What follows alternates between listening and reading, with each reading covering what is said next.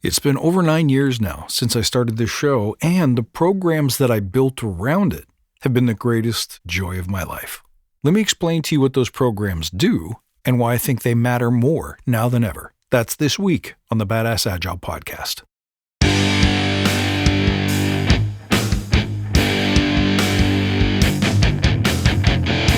Greetings, team. Welcome to the Badass Agile podcast. I'm your host, Chris Williams.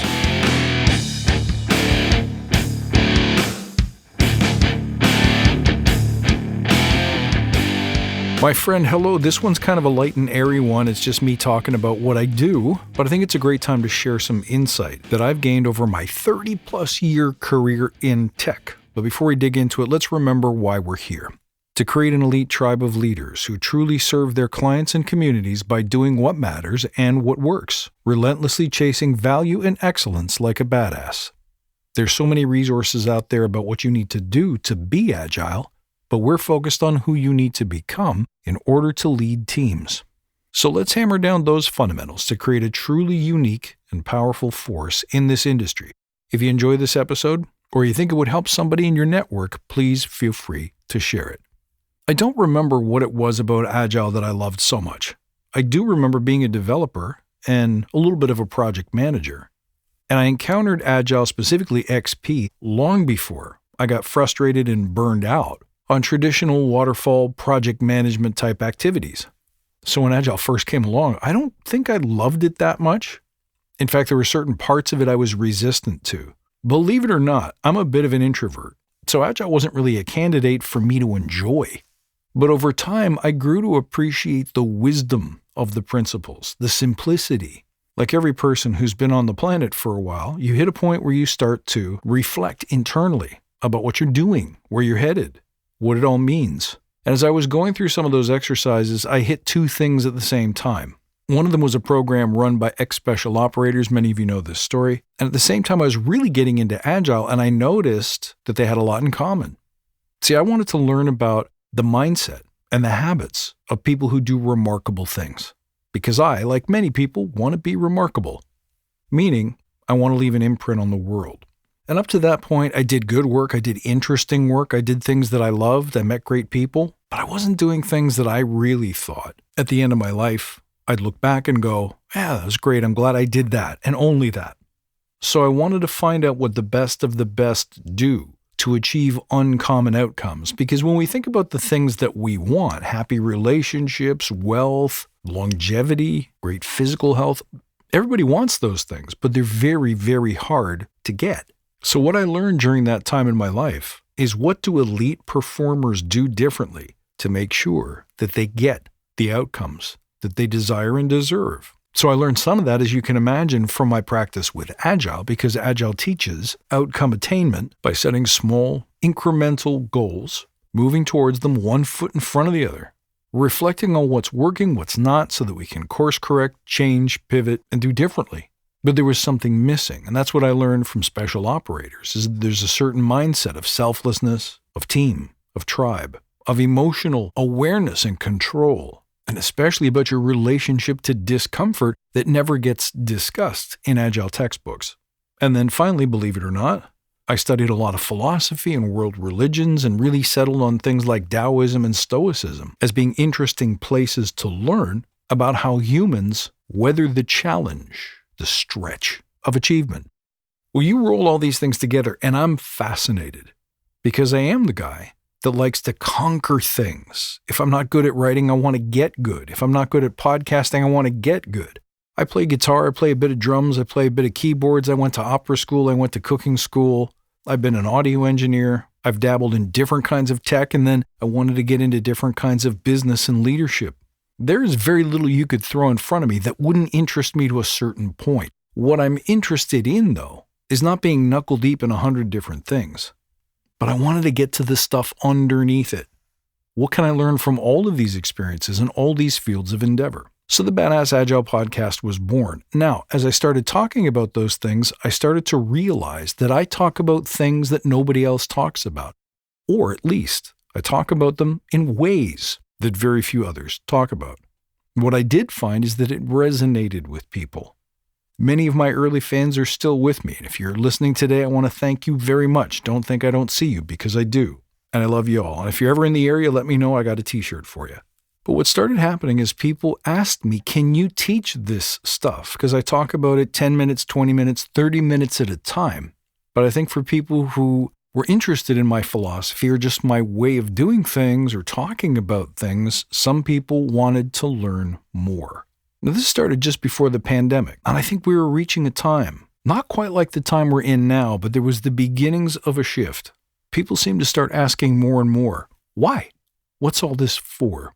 I think it was the beginning of an era in which people worked very, very long hours. 40-hour work weeks were no longer the norm. 60 or 80 was perfectly acceptable. And we'd all just learn to throw up our hands and resign ourselves to that truth. But it wasn't ringing with some people. In the back of their minds, they're thinking, why? What for? So I can make an extra few bucks, so I can afford a nicer condo or a better car?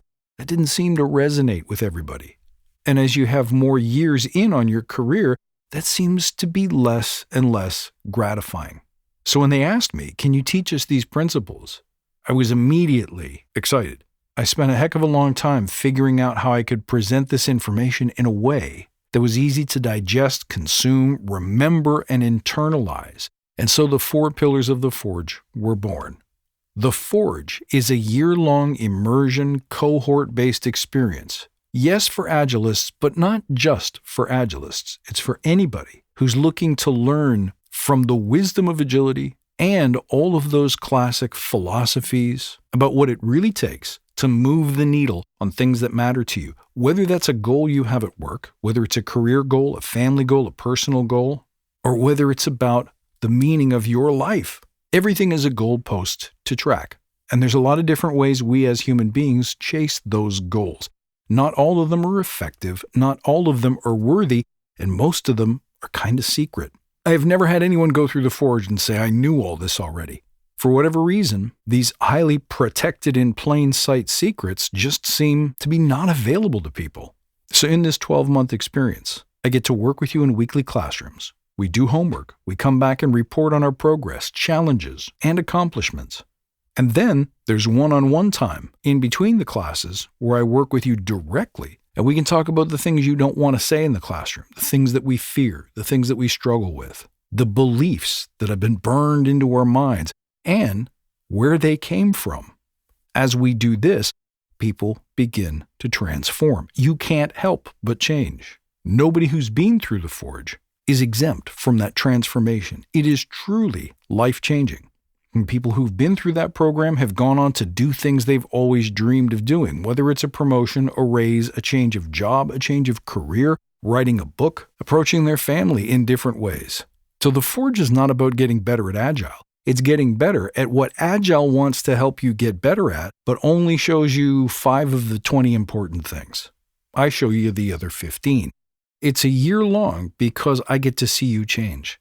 I get to work with you long enough that if you really, really aren't up for this, if the struggle is greater than the payoff for you, you'll quit. You won't make it to the end. And I have had a couple of people quit. They just said, hey, this isn't for me. I'm not this kind of person. I just wanted to get better at Agile. Want to be a better Scrum Master. Okay, then we're not 100% fit. You have to want that life. You have to be looking down the barrel of the rest of your days and saying to yourself, there has to be something more than this. I am destined for more. I want more. I want to do greater things. I want to accomplish more. I don't want to settle for whatever my employer or the world gives me.